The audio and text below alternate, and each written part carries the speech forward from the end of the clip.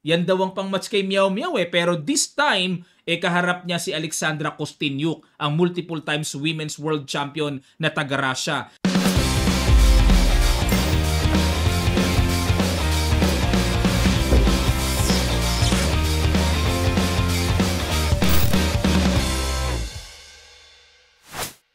Magandang araw sa inyong lahat mga kamatsas. Marami na pong nag-aabang kay Miao Miao. Nasa na daw ba yung laro ni Miao Miao? Wala pa po akong update pero ganun pa man, nandito naman si Alice Lee. Ang sinasabi nilang pangtapat kay Miao Miao. Pareho ng edad, woman grandmaster din at mayroong international master title ng lalaki.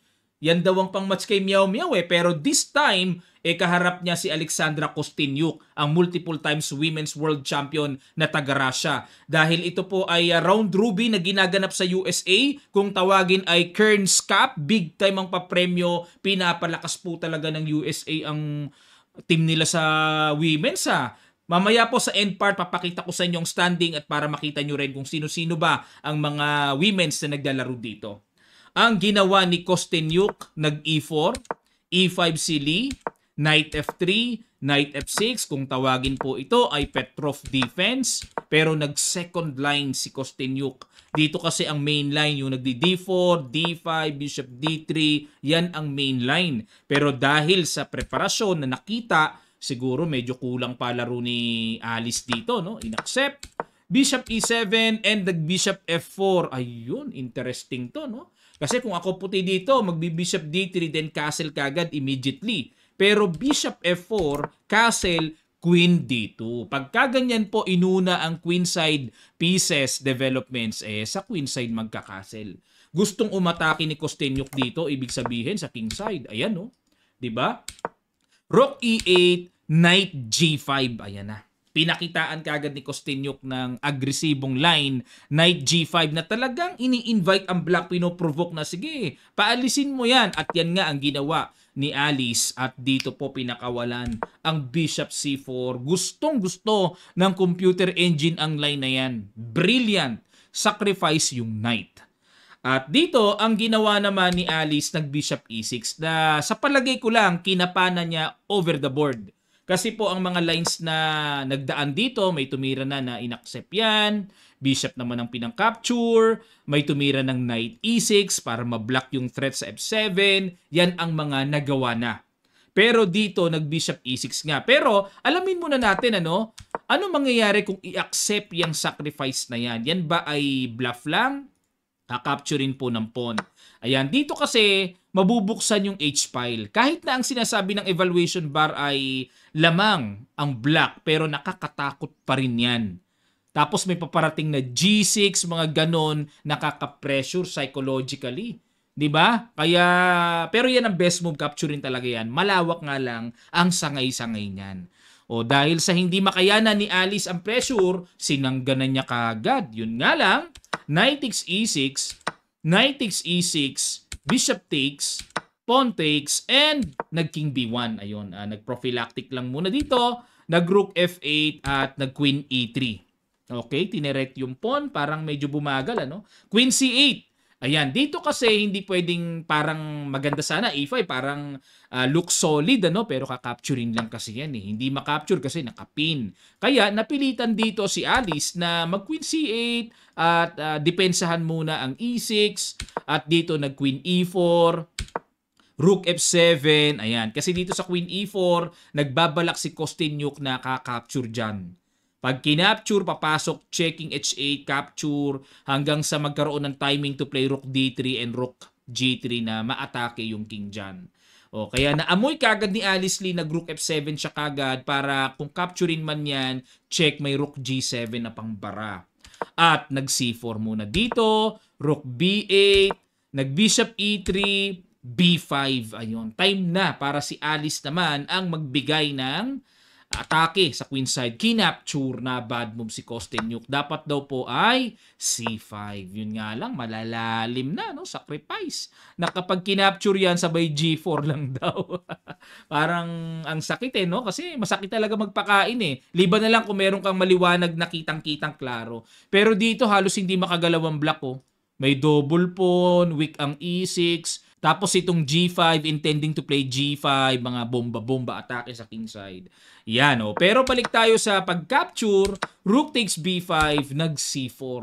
Dalawang sunod na bad move by Kostenyuk. Dapat daw ang tira, Queen C6. Tapos sa continuation, Rook A5, saka pa lang daw mag-C4. Ayun. Okay?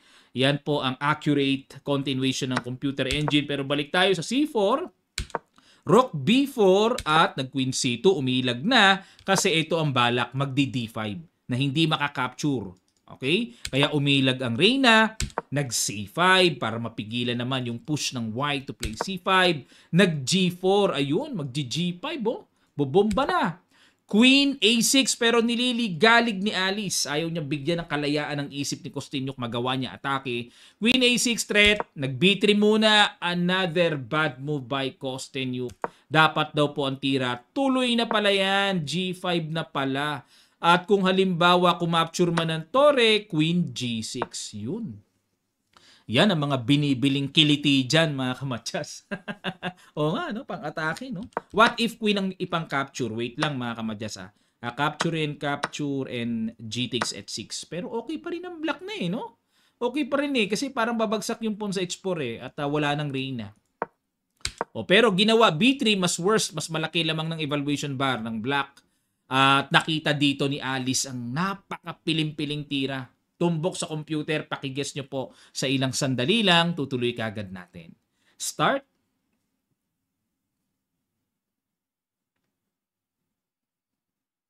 Maraming salamat po. Congrats sa mga nakakita. D5, basag na pala.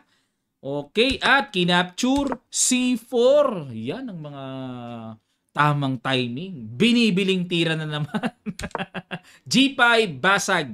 Ayan, at kasi kung ka-capture doon, capturein lang naman ng Reyna, no? At matindi pressure sa B3. Okay? So, nag-G5 para makasabay ng atake, pero kinapture lang ang D5.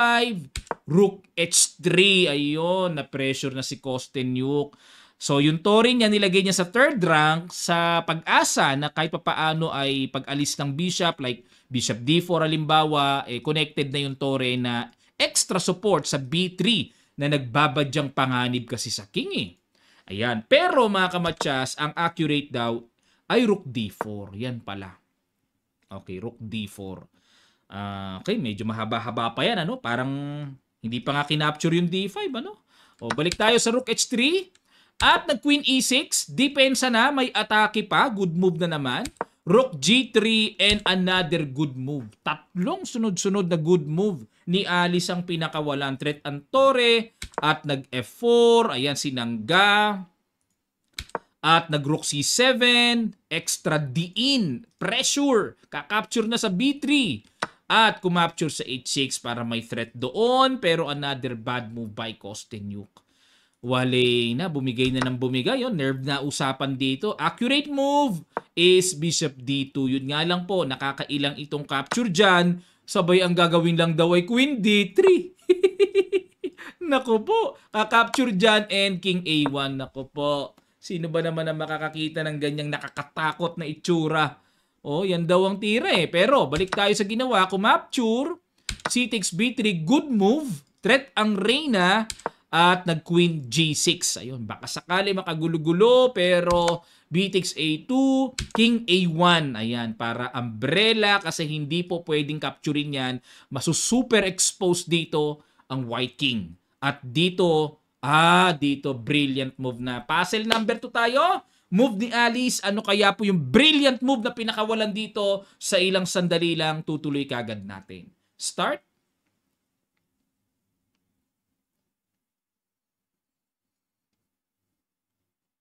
Maraming salamat po mga kamatyas. Simple lang, pero rock. Bishop E5, sacrifice. Check. Kinapture. O, teka muna mga kamatyas ha. Teka muning. What if i-accept ang sacrifice na yan? Ano laman? Capture, check. Na dito, pag kinapture, kitang-kita. May Queen B2 matyas. Mauobliga na halimbawa ay Bishop. Harangan para kahit papaano, makapreno ng tempo, pero kakapturin lang din po ng Torre. But still, nandyan pa rin ang dangerous threat hindi na mapipigilan. Talagang napakabilis niyan. So, fatal na yan. Okay? Wala namang mga kung check dito, ganun lang no? O wala nang gulo-gulo talaga. Balik tayo. So, ginawa dito, nag-king takes A2, rook B2, check, aray nako po, ang sakit. King A1. King A1. Teka muna, ano mangyayari kung dito umangat? So, wala pa naman siyang check doon kasi may queen, di ba? So, ang gagawin, sisimplihan lang. Queen E7, check. Na kapag nag-king A4, ayun. Okay, matchas. So, balik tayo. Kaya pala ginawa ni Kostyuk ay nag-king A1. Naku po, another brilliant na naman. Super accurate naman talaga din si Alice, ano? Ang ganda. Rook dito. Ang ganda. Check. Malakas din pala talaga ang mga bitaw ni Alice, ano? Parang meow-meow din. Kinapture na yung bishop. Kasi po kung simple king B1 ang gagawin, mag-rook takes D1 na. So wala na rin, fatal na rin yan. At ang ginawa, F takes E5, then simple queen takes E5. Kaya rook D2 para walang bishop D4. Disconnected na to, recapturein lang yan, king B1, then queen A2, matchas na rin. Resign po ang multiple times world women champion. Matindi kaharap ni Alice. Long game pa to mga kamatchas. Black pa siya. Gracious, talagang mukhang matindi ring pantapat kay Meow Meow to. Mukhang mag-iingat si Meow Meow dito kay Alice. Ayan po, no? At ginulat ang buong mundo. Ito pong si Alice Lee, kung di ako nagkakamali, 12 years old lang. Kasi edad nga ni Meow Meow to kung di ako nagkakamali. At si Kostyuk, veterano na. Hanep. At ito po ang kanilang standing, silipin natin. Sino ba leading sa kanila? Nako, kababayan ni Meow Meow, si Grandmaster Tan Zhongyi ng China sa score na 3.5 points. At si Alice Lee po, pang-5, meron siyang isang talo. Ayan, pero susubaybayan pa rin natin yan si Alice, ano? At yan po ang scores nila. So not bad, nasa upper half si Alice. Tingnan nyo naman ang mga kasali, mga legendary woman player sa buong mundo. 'Di ba? Pinapalakas talaga ng USA ang kanilang team talaga sa lineup nila sa US. Pinapadayo talaga yung mga malakasang women's sa buong mundo. Nandyan si Harika Dronavali, yung taga-India. Ganun po kasi para lumakas talaga yung lineup team ng USA. Ginagawa ng mga organizers and sponsors, gumagawa ng tournament round robin, iniimbitahan para ma-adapt lang ng mga players nila yung lakas. Makakapag-adjust yan sila, Alice, hanggang sa later on, putok na sa buong mundo yan. Hindi na mapipigilan yan. Kasi nakukuha na nila yung vibes ng environment, ng nature, ng ganyang kalalakas na players. Sana sa atin din, ano? Sana all! Tingnan natin kung magkakaroon pa ang kamatchas ng ganitong malakasang tournament round robin. Malaki pong budget kasi ang kailangan pero hopefully, God willing, sana ipagkaloob sa atin na magkaroon ulit tayo ng round robin. Through the help of our sponsor, National Master David Almirol Jr. ng Kamatchas. Okay, maraming salamat po. At kung kayo ay mayroon pang gustong ipa-analyze, just comment down below para pag nabasa ni Coach, pwede nating pasadahan. Make it sure po ito ay interesting at malakasan talaga ang papa-analyze yung game, ha? Hindi yung parang lang. Pinipili ko lang din po, kailangan interesting para makapulutan natin ng sustansya sa paglalaro ng chess. Okay? Maraming salamat. Magkita-kita pa tayo sa mga susunod pang chess updates.